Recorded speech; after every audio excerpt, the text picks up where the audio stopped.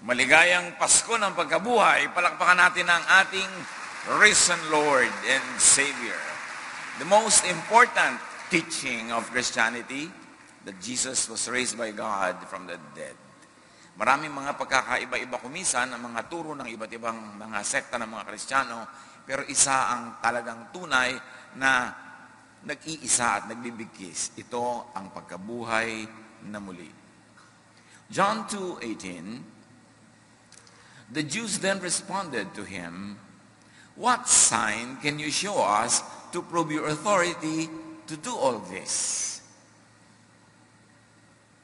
Mahalaga na patunayan ni Jesus kung siya nga ba ay anak ng Diyos, siya nga ba ay talagang sugo ng Diyos, at meron ba siyang karapatang gawin ang mga pinaggagawa niya? Resurrection, the ultimate sign.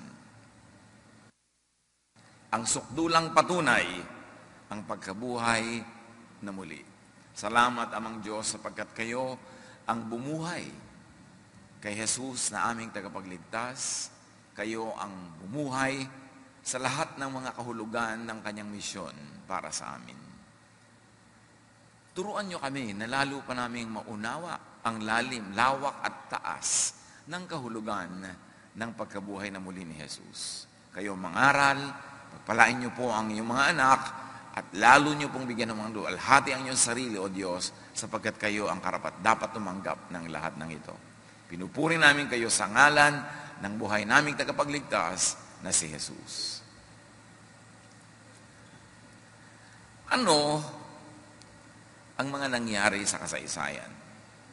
Taon-taon, di ginugunita, alam natin na sa araw na ito na atin ngayon pinagdiriwang, ang Panginoong Jesus ay nabuhay na muli mula sa kamatayan. At ito ay sa pakalaking patunay, pinakamalaking patunay, na siya ay kinalulugdan ng Ama sa langit. What are God's affirmations of Jesus? Ang tanong, anong patunay mo na may karapatan ka? Anong patunay mo na ikaw nga ay may hawak na katotohanan? After baptism, God in heaven affirmed Jesus. Matthew 3:16-17, nang mga bautismuhan si Jesus, kaagad siyang umahon sa tubig. Nabuksan ang langit at nakita ni Jesus ang Espiritu ng Diyos na bumababang parang isang kalapati at dumapo sa Kanya. At isang tinig mula sa langit ang nagsabi, "Ito ang minamahal kong anak na lubos kong kinalulugdan." Kay Jesus ipinakita ang bumabang Espiritu sa anyo ng kalapati. Hindi totoong kalapati, sa anyo ng kalapati. It's an affirmation by the Father to Jesus that God is delighted with him and what he has been doing so far. At sa teksto ng nakasulat ay maaaring nadinig din ng marami, or at least ni John the Baptizer, ang tinig na nagmula sa langit. Isang pagpapatotoo at pagpapakilala kung sino si Jesus. God affirmed Jesus in the Transfiguration, even more dramatically. Matthew 17:1-6. Isinama ni Jesus si Pedro at ang magkapatid na Santiago at Juan at sila'y umakyat sa isang mataas na bundok. Habang sila'y naroon, nakita nilang nagbago ang anyo ni Jesus. Nagliwanag na parang araw ang kanyang mukha at nagningning sa kaputian ang kanyang damit. At nakita ng tatlong alagad sina Moises at Elias na nakikipag-usap kay Jesus. Nililiman sila ng napakaliwanag na ulap. Mula rito'y may tinig na nagsabi, "Ito ang minamahal kong anak na lubos kong kinalulugdan, pakinggan niyo siya." Ang itinuro si Jesus, hindi si Moses, hindi si Elijah, si Jesus. Sabi ng tinig, "Ito ang anak ko, kinalulugdan ko, sa kanya kayo makinig." And of course, as we celebrate today, God affirmed Jesus by the resurrection. Acts 4:10, si Jesucristo na inyong ipinako sa krus ay muling binuhay ng Diyos.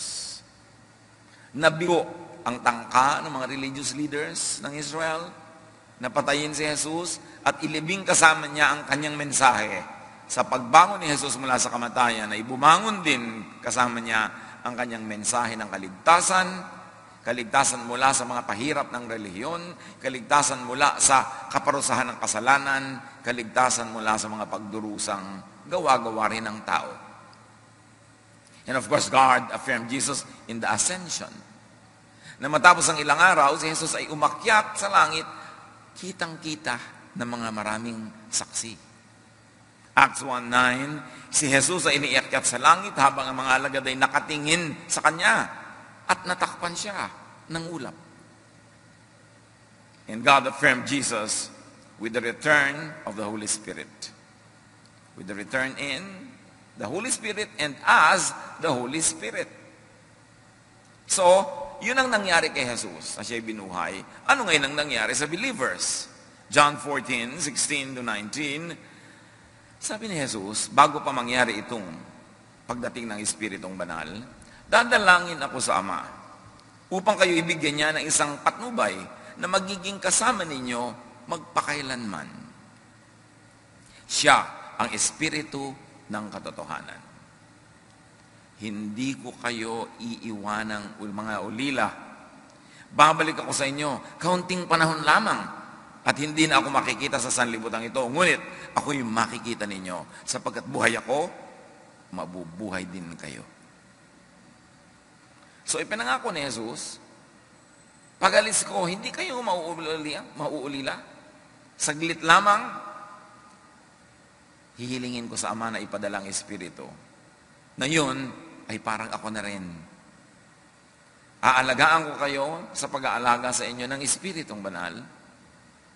At yun nga ay naganap. Acts 2:1-3. Nagkatipon silang lahat sa isang lugar nang sumapit ang araw ng Pentecost.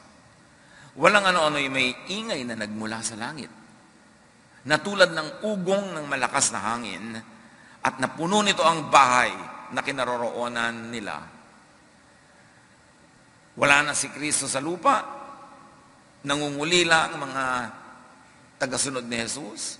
Ang ginagawa nila ay nagtitipon-tipon sila, nananalangin, humuhugot sila ng lakas mula sa isa't isa, at biglang nangyari ang naganap. Kapistahan noon ng Pentecost. May nakita silang para mga dilang apoy na dumapo sa bawat isa sa kanila. At naganap na, dumating ang Espiritu. The resurrection is the supreme stamp of approval and honor bestowed by God on Jesus. This is the singular moment in history that changed everything. And it gave birth to the Jesus Church. When Jesus was affirmed by heaven to be the Son of God, the Savior of the world. At dahil dumating ang Espiritu na ipinangako, at dahil si Jesus ay nabuhay na muli, at ngayon ay nakaupo, nakaluklok sa kanan ng Ama, ano ang mangyayari sa atin na mga naniniwala? 1 Corinthians 15, mahalagang suriin natin kung anong epekto sa atin ang pagkabuhay na muli ni Jesus. Malinaw na ang kwentong siya'y nabuhay, anong kahulugan nun sa atin? Si Kristo'y namatay dahil sa ating mga kasalanan. Inilibing siya at muling nabuhay sa ikatlong araw. So the church, right after the Lord went back to heaven, theologized and crystallized the meaning of the death and the resurrection of Jesus.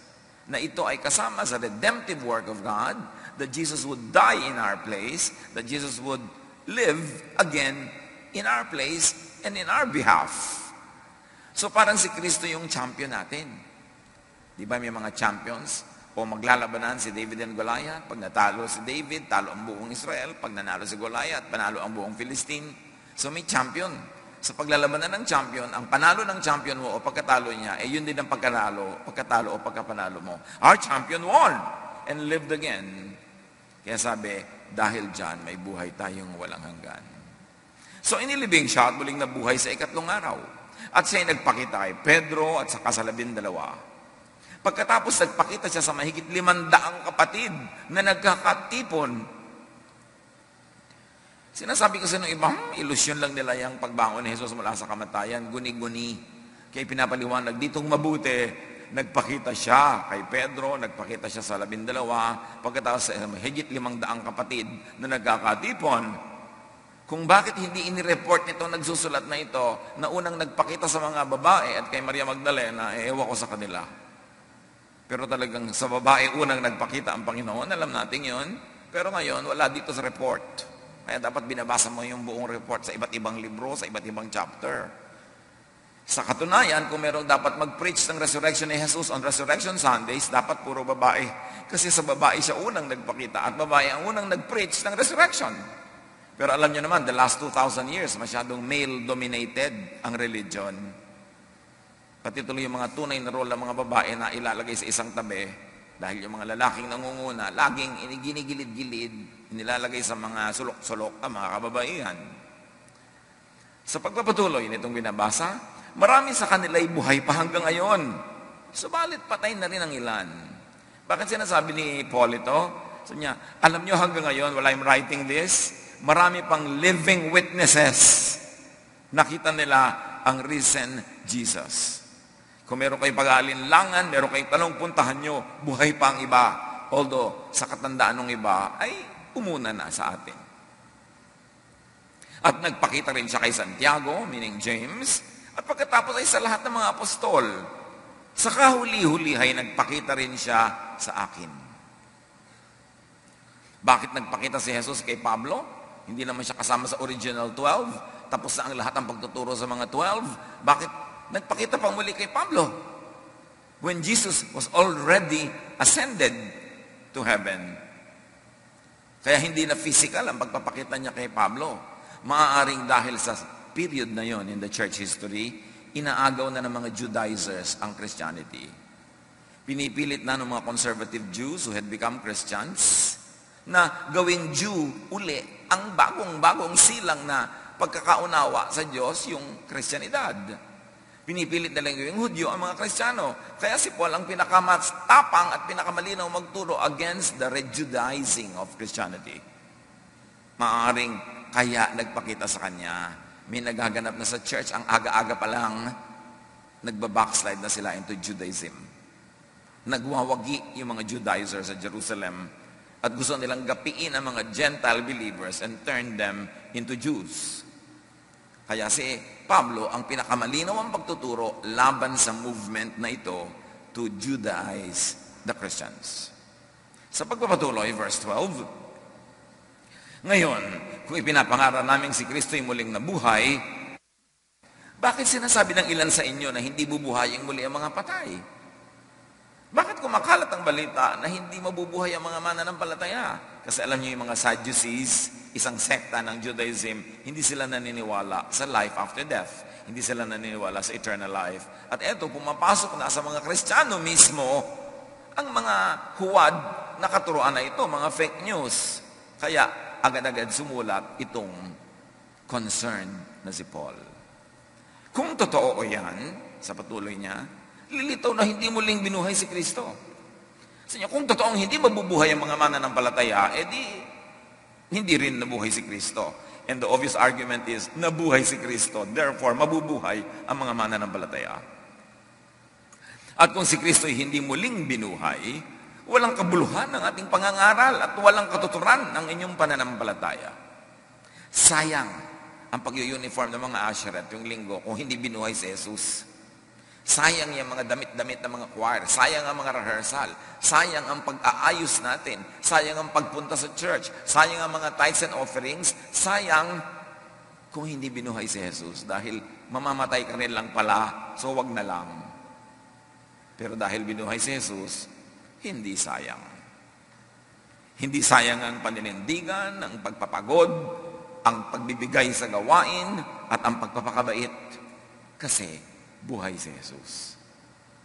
Hindi lamang yan, lilitaw pa kung hindi binuhay si Jesus na ang lahat ng mga namatay na sumampalataya kay Kristo ay mapapahamak or napahamak.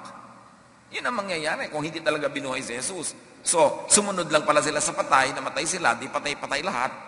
Sayang. Kung ang pag-asa natin kay Kristo ay para lamang sa buhay na ito, tayo na ang pinakakawawa sa lahat ng tao.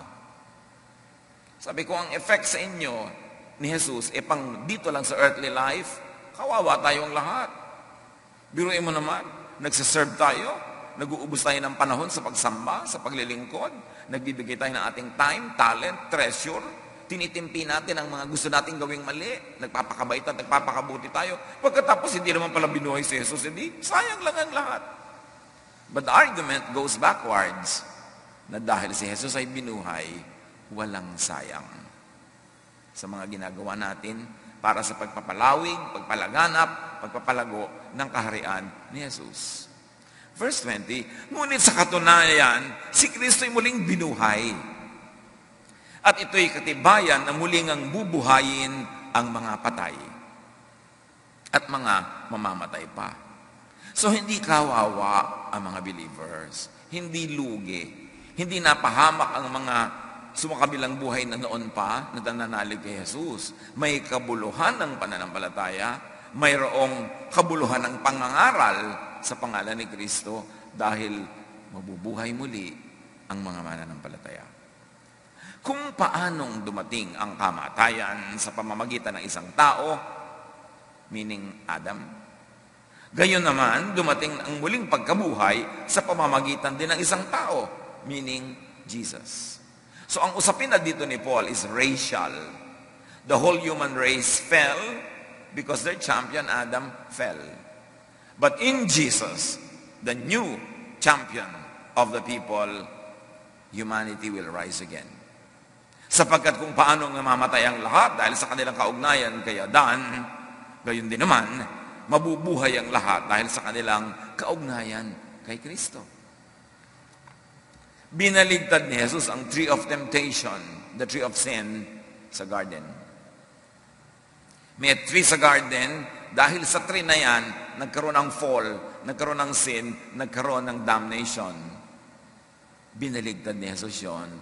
Ginawa ni Jesus na tree of life, yung tree of sin and temptation. John 15:5, I am the vine. Hindi baging yan, puno ang mas magandang pananagalog dyan. I am the vine, you are the branches. If you remain in me and I in you, you will bear much fruit. Apart from me, you can do nothing. Kita nyo kung paano biniligtad ni Jesus yung tree of temptation. Na pag kumain ka ng prutas doon, ikay mapapahamak. Ngayon, ginawa ni Jesus, sabi niya, ako na ang puno. At hindi lang kayo pumipitas-pitas, kayo na ang sanga. At hindi kayo pipitas ng prutas lang, kayo mismo ang mamumunga ng prutas. At ang pipitas ng inyong bunga, ang makikinig sa inyong aral, ang sasama sa inyong pag-akay, ang tatanggap na inyong mga pagtuturo at pagmamahal, sila ay mabibiyayaan din. Dahil hindi na lang kayo ngayon eater and recipient of the fruit, kayo na mismo ang bearer of the fruit for many. Can you see the reversal of the failure that happened in the life of Adam and Eve? Now this is reversed in Jesus. Binaligtad ni Jesus ang ginawa ni Adan. Si Adan ay nabigo, si Jesus ay nagtagumpay. At binaligtad ni Jesus ang nangyari kay Adan, si Adan ay namatay, si Jesus ay nabuhay. Sa pagpapatuloy ng Corinthians, subalit may magtatanong, paano bubuhayin muli ang mga patay? Ano ang magiging uri ng katawan nila? Yan ang laging tanong ng marami, Pastor, pag nasa heaven na po ba tayo, anong pagkain araw-araw? Baka yun naman ang iyon, boring for eternity. Ano po kaya ang isusot ko? At yung tanong nila kay Jesus, yung naging maraming asawa dito sa lupa, sino ang asawa nila sa langit? Ang ginagawa kasi ng mga tao, inililipat lang yung buhay dito, doon sa kabilang buhay na parang everything is the same, napalitan lang yung paligid. No. Hindi dapat pinoproblema yung mga problemang yan.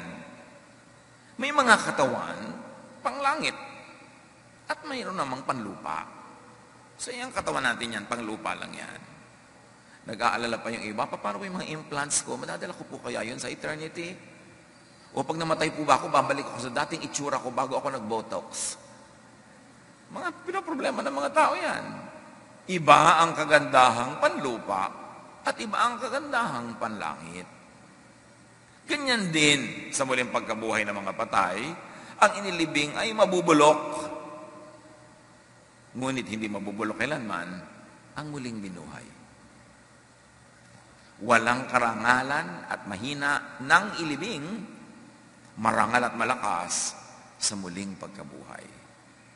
Inilibing na katawang pisikal, muling mabubuhay bilang katawang espiritual. Ano man ang kahulugan nun, hindi binusisi. Pero isa lang ang napakalaking overriding message. Iba ka na pag bunyuhay kang muli matapos ang kamatayan ng iyong katawan. Huwag ka nang mag-alala na baka maiwan ang mga implant. Baka matanggal ang mga ikinabit mo pa naman ng mga dekorasyon sa iyong katawan dahil hindi na ganyan. Hindi man ganyan. Hindi man binusisi ang description. Isa lang ang nakakatiyak tayo. Yung inilibing na mahina, babangong malakas. Yung walang dangal ng inilibing, pilipilipit ang katawan, nangayayat, nagkasakit, nahirapan, mutilated, sometimes murdered by other people, marangal ang pagbangon. Yun ang magiging pagkakaiba. Kung may katawang physical, sa pagpapatuloy ng verses, mayroon ding katawang espiritual. So hindi yung katawan mo na yan na physical ang dadalhin mo sa kabilang buhay. Yung iyong spiritual body, which right now, nobody has any idea of kung ano yon. Ganito ang sinasabi sa kasulatan. Ang unang tao, si Adan, ay nilikhang binigyan ng buhay. Ang huling Adan, si Jesus, ay espiritong nagbibigay buhay. So kung ang unang Adan ay binigyan ng buhay, itong huling Adan ay siya ang nagbibigay ng buhay. Ngunit, hindi nauna ang espiritual. Ang physical muna, bago ang espiritual. Ang unang Adan ay mula sa lupa, sapagkat nilikha siya mula sa alabok. Ang pangalawang Adan, si Jesus, ay mula sa langit. At kung siya nang galing, doon siya uuwi, at doon niya tayo ipinaghahanda ng ating tahanan at makakapiling natin siya at ang Ama forever. Ang katawang panlupa ay katulad ng nagmula sa lupa. Ang katawang panlangit ay katulad ng nagmula sa langit. So mula nung pinanaligan mo si Jesus, pinapasok mo siya sa iyong buhay, sa iyong puso, sa iyong espiritu, nakiisa ka sa Kanya, naging dalawang tao ka na. Yung tao na galing sa lupa at yung tao na galing sa langit. At pag namatay ka, ang mamamatay ay yung galing sa lupa at yung galing sa langit ang mabubuhay na muli at siya ang babalik sa Diyos. Kung paanong tayo ay naging katulad ng taong nagmula sa lupa, matutulad din tayo sa taong nanggaling sa langit. Ito ang ibig kong sabihin, mga kapatid. Ang binubuo ng laman at dugo ay hindi maaaring makibahagi sa kaharian ng Diyos. At ang katawang nasisira ay hindi maaaring magmana ng hindi nasisira. Hindi pwedeng ikaw yung babangon. Isang hiwaga ang sinasabi ko sa inyo. Hindi lahat tayo ay mamamatay. Ngunit lahat tayo ay babaguhin. Sa isang sandali, sa isang kisap mata, ang mga patay ay muling bubuhayin at di na muling mamamatay. May dalawang pagtingin sa application ng katuruan na ito. Yung one corporate, one time, big time raising of all the dead at meron din namang individual. Kailan ka binubuhay na muli? Pag ba namatay ka, maghihintay ka pa na ang lahat ay mamatay at sabay-sabay buhayin? O pagkamatay mo, individually ay binubuhay ka ng muli? Parehong tantalizing and promising ang alinman sa readings na yon. But there is only one thing clear. Basta't namatay ka at na kay Jesus ka, bubuhayin kang muli. Sabi ng iba, paano naman po kung pagkamatay ay yung pala, hihintayin ko pa yung pagbangon ng lahat ng sabay-sabay na namatay. Di, ang tagal-tagal naman po noon. Patay ka na nga, ba't ka matatagalan? Ikaw ba pag natulog, tapos 8 hours kang natulog, habang natutulog ka ba, sabi mo, ang tagal naman, tulog pa ako, ang tagal naman, tulog pa ako, kailan kaya ako gigising? Di ba pag gising mo sa umaga, ay, Akala ko kapipikit ko pa lang, umaga na pala, sarap ng tulog ko. Di ganun din yun. Kung sakaling sabay-sabay pala ang pagbangon at natulog ka dyan ng 1,000 taon, hindi mo naman alam dahil tulog ka. Isang reading yun kasi hindi talaga kinlarify. But I really love the second reading. Na individually, when you die, you are raised from your death by God.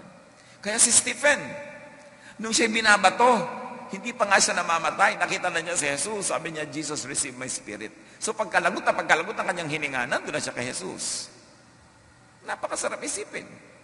At napakaraming verses na nagpapatunay na yun ang mas tumpak at mas magandang kahulugan. Kasi sabi sa John 5:24, when you believe in Christ, you are moved from death to life. You will no longer die. At ang kausap siyempre, yung espiritu mo, hindi yung katawan mo. Because that body will die. Pero sabi sa spirit mo, you will not die. In fact, kung mahirap ang buhay, mabuti pa nga ay mamatay na yung katawan para yung espiritu mo makalaya na at mapunta ka na kay Jesus. Ay, naku, kahit kung mahirap dito, saka na lang. Mas gusto ko pa rin dito. Which is natural because this is the only life we know. Kaya kahit na pupunta ka na sa Diyos pagkamatay, to die is gain, pero gusto mo pang mag-to live is Christ. Because you don't know any other life at this moment. So you will cling to this kind of life as long as you can. And I think that is a God-given desire to live, because to live is to enjoy God's blessings. At sabi pa, pagpapatuloy, babaguhin tayong lahat. Ang ating katawang nabubulok ay mapapalitan ng hindi nabubulok. At ang katawang namamatay ay mapapalitan ng katawang hindi mamamatay. Kapag ang nabubulok ay napalitan ng di nabubulok, at ang mga at ang may kamatayan ay napalitan ng walang kamatayan, matutupad na ang sinabi sa kasulatan, nalupig na ang kamatayan, lubos na ang tagumpay. Nasaan o kamatayan ng iyong tagumpay? Nasaan o kamatayan ng iyong kamandag? At ang sagot, wala. Inalis ni Jesus ang kamandag. Kung merong ahas na tumutok-sok kila Adan at Eva, may kamandag siya, pinalitan na ni Jesus ang puno at siya na yung nandun. Kaya nga inihalin tulad siya doon sa ahas ni Moses na siya ngayon ang nandun sa tree. Nung panahon ni Moses, pag tinuklaw ka ng ahas number 1, titingin ka doon sa bronze ahas number 2 at ikaw ay gagaling at mabubuhay. At ngayon, tinutuklaw-tuklaw tayo ng ahas number 1 pero titingin ka sa ahas number 2, si Jesus, at tayo ay mabubuhay na muli. Hindi ko mo ahas bad. Remember, Diyos din ang lumikha ng ahas. At kahit si Jesus, tinatawag na lion, kung minsan ginagamit yan for Satan, pero ginagamit din kay Jesus, Lion of Judah. So, okay, natatakot sa mga words, sa ahas, lion. Pag in-apply lalo kay Jesus, maganda ang meaning nun. Ang kamandag ng kamatayan ay ang kasalanan at ang kapangyarihan ng kasalanan ay nagmumula sa kautusan. So sabi, alam niyo kung bakit kayo mamamatay? Dahil sa kautusan. Kasi hindi niya nasusunod. Pero dahil tinanggal ni Jesus ang kautusan, tinupad niya ang lahat ng requirement nito in our behalf, at tinanggal na niya ang talab nito sa atin, hindi ka na mamamatay kasi wala lang kautusan eh. Yun ang ginawa ni Jesus. Magpasalamat tayo sa Diyos na nagbibigay sa atin ng tagumpay sa pamamagitan ng ating Panginoong Jesucristo. Pinagtagumpayan ni Jesus ang kautusan. Akala ng iba, pag sinabing binigyan ka na ni Jesus ng tagumpay, laban sa kasalanan. Ibig sabihin ay hindi ka na magkakasala, lagi kang mananalo, lahat ng temptation, talo mo, lahat ng mabuti lang ang gagawin mo, hindi ka nagagawa ng mali. Tapos sa totoong buhay, alam nyo namang hindi yun na nangyayari. Kahit na Kristiyano ka, dasal ka ng dasal, serve ka ng serve, talagang natutokso ka pa rin pamisa-misa, nadadapa ka, nagkakamali ka. So lahat tuloy ng mga tao, sabi ko, failure ako, kawawa naman ako, baka parusahan na naman ako ng Diyos. Kasi mali ang pagkaunawa natin doon sa tayo'y nagtagumpay na laban sa kasalanan. Hindi ibig sabihin, hindi ka na magkakasala. Ibig sabihin, in the legal courtroom of God, hindi ka na magkakasala kasi tinanggal na yung law. Bakit ka ba magiging lawbreaker kung wala ng law? Hindi ka magiging perfect in your action. You are made perfect by your incapacity to commit sin because there is no more law that makes you sinful. At yun ang lalim ng kahulugan ng napagtagumpayan ang kasalanan. Yung iba kasi, born again ka na, Christian ka na, hindi ka na magkakasala. Mawawala na ang desire mo maglasing, magsigarilyo, mawawala na yung mga selfishness mo, mawawala na yung mga lust at kung ano-ano mo pa. Tapos alam mo naman sa totoong buhay, hindi naman, nandun pa rin. So you feel guilty for something you should not feel guilty about because you are taught wrongly and you think wrongly about what it means to be victorious over sin. Our victory over sin is not what we do or don't do. It is what Jesus had done. And when you believe in Jesus, what He has done applies to you. You become the beneficiary of His death and resurrection. That's why you are victorious over sin. Not because you are sinless, but because Jesus and His blood makes you clean. Romans 8, 1-2. Therefore, there is now no condemnation for those who are in Christ Jesus. Because through Jesus Christ, the law of the Spirit who gives life has set you free from the law of sin and death. Ito kasing si Paul, pag nagdi-discuss, mahirap sundan yung grammar niya eh. Pero isa lang ibig sabihin niya, hindi na kayo uusigin pa kasi pinalaya na kayo ni Jesus. Yung dating spirit of the law that applied to you, therefore you are condemned, is now replaced with the spirit of love of God through Jesus. So there is now no more condemnation for those who believe in Jesus, although in actual life, marami ka pa rin mga kabalbalan dyan at mga pagkakadapa at pagkakamali-mali. Pag nilitis ka ng Diyos, hindi yun ang ilalagay na Exhibit A para ka pa walang sala. Ang ilalagay na Exhibit A ay ang kamatayan ni Jesus at ang pagkabuhay niyang muli. Therefore, covered ka. Yun ang sinasabing, saved by faith. So, dahil dyan, alam natin ang nangyari kay Jesus. Alam natin ang nangyari sa mga believer. So ano ngayong dapat mangyari sa pamamagitan natin? Kaya nga mga minamahal kong kapatid, magpakatatag kayo at huwag matinag. Huwag kayong matinag ng prospect of death. Huwag kayong matinag sa prospect of death which is your own or the death of your loved ones. Because all believers will just reunite with Jesus. Huwag kayong matinag sa mga takot na ibibigay ng buhay. Huwag kayong matinag sa mga momentary failures that sometimes happen in your own life. Because it is not your personal victory that will see you through the courtroom of God, but it is the victory of Jesus. Kaya pwede kang panatag, pwede kang pahinga, pwede kang relaxed. Maging masipag kayo palagi sa paglilingkod sa Panginoon. Yun ang conclusion. Okay, nabuhay si Jesus sa muli. Bubuhayin ka rin. Hindi ka napaparusahan. Tumanggap ka na kutakot-takot ang pagpapala. O ano ngayon ang gagawin mo? Maging masipag kayo palagi sa paglilingkod sa Panginoon dahil alam nyo, hindi masasayang ang inyong pagpapagal para sa Kanya. At ang paglilingkod na yan, bagamat maraming anyo, pinakamahalaga ito. Sabihin mo sa bawat taong kaya mong marating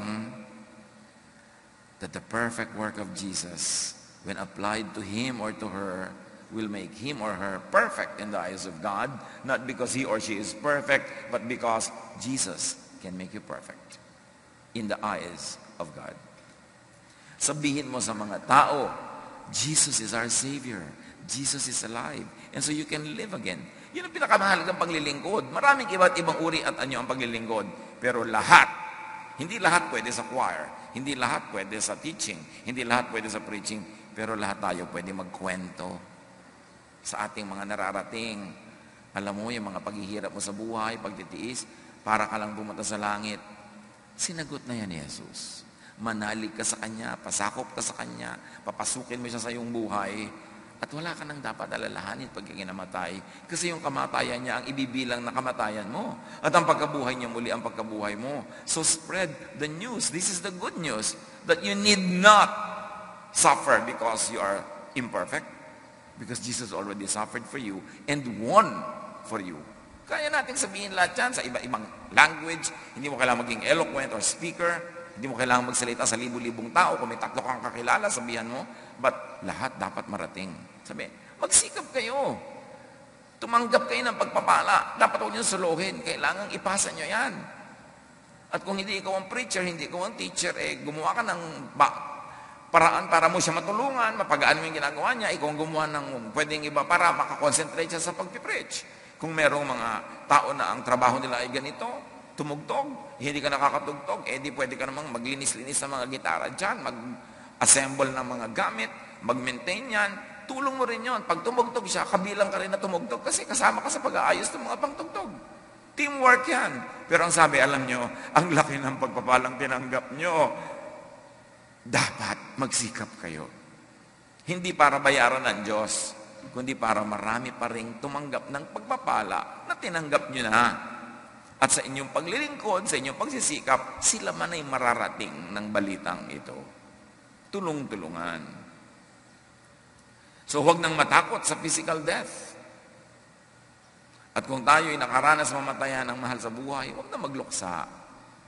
Nasa Panginoon, namimiss natin, natural, pero surrender to God. People that God already called to go home. Para lumuwag lang yung dibdib. At para din makakonsentrate ka on going on with your life to make the most out of whatever is left in your earthly life. Rejoice because Jesus lives. And because Jesus lives, we are alive. John 5:24, very truly I tell you, whoever hears my words and believes him who sent me has crossed over from death to life. Sino man ang makarinig ng aking mga pangaral at nananalig sa amang nagsugo sa akin ay tumawid na mula sa kamatayan tungo sa buhay na walang hanggan, hindi na niya mararanasang mamatay. Yung katawan mamamatay pero yung espiritu hindi na. Can you imagine this? Jesus said, whoever hears will have eternal life. Tayo ang magsasalita. Para makarinig sila. Kayo ang magsasabi sa inyong mga kasama sa bahay, mga kamag-anak, kaibigan, katrabaho, kasi kayo ang may access.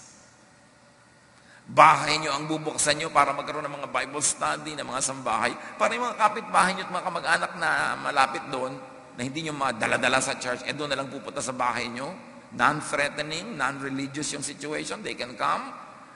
Yun ang ating pananagutan. How can they hear without a preacher? At tayo yung preacher. At kung hindi ikaw yung actual technical preacher, you open your home, call a preacher or a teacher, and they will preach to your loved ones, to your friends, and through the preaching of this specific specialist, if you like to call that, you're also part of it because you're part of the team. Gaano karami pa sa mga mahal niyo sa buhay ang hindi pa nababalitaan, pwede naman pala silang hindi na parusahan sa kanilang mga kasalanan, hindi na sila husgahan pag namatay. Kasi manalig sila kay Jesus, isuko nila ang kanilang buhay kay Jesus, magkakaroon sila ng buhay na walang hanggan. Gaano kahirap sabihin yun?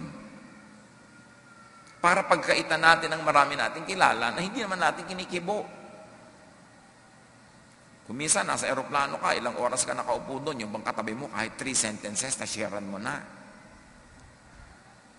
Minsan, nasa traffic ka, ang tagal-tagal, hindi ba ang gandang opportunity? Pero hindi mo kailangan may mic, tapos may buslo ka na ikot-ikot, hihingan pa ng donation yung mga tao doon, kaya ayaw tuloy makinig. But you have a mission. Every heart that has Jesus is a missionary. Every heart that doesn't have Jesus is a mission field. And there are many, many mission fields that only you can go to kasi kayo lang yung may access. Sasabihin iba, bakit kaya nabubuhay pa ako? Namatay na yung mahal ko sa buhay, tapos ako buhay pa. Kasi may assignment ka pa. Do your assignment. Magdala ka pa ng maraming tao sa paanan ni Jesus. Turuan sila ng Jesusness. Hindi yung tuturuan mo sila, dadali mo sa isang religion, tapos kutakot-takot ng mga pahirap na naman ang gagawin sa kanila sa loob ng church na yun. Walang katapusang mga donasyon, walang katapusang do's and don'ts. Iko-condemn na naman sila every step of the way. Ba't pa nagka-Jesus? So si Jesus lang dapat ang dinadala, hindi yung mga religious regulations. The love of Jesus, the love of God through Jesus. That is why we are all still alive.